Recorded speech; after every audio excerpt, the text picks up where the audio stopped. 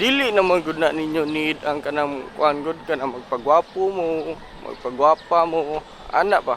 Okay ra na kanang mga mild lang gud kanang mga nalay ka ng mga pang-apply sa mga naong, especially ka ng mga babae, ana lang gud, mild lang gud, pero kanang imo gud na i-career nga igamata nimo pang dapat gwapa ka, ugma na sad pang dapat gwapa ka ana.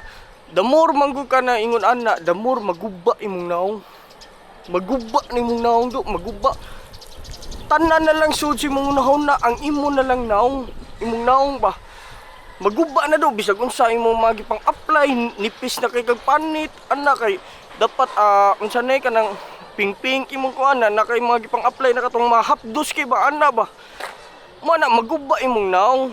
Yaw man sige ka gunahon na sa imong naong pirmi sa imong buhok, ana sige kag pariban nya ang imuhang kanang lawas nimo imo na makalimtan mo na mubutoy ka.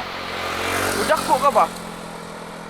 Ang kita mo gud tanan gud naam gud tay kanang natural beauty gud naam gud ta gud ingan na gud nya mostly pud sa society sa karon ni switch na ang kalibutan ang katong mga gwapo o gwapa mao na toy kanang mga walay mga paki silang kaugalingon kanang mga natural beauty ba mao na siya do ang kanang mga magunahon na nga kanang gwapo sila o gwapa sila mo na yung mga batig na ron.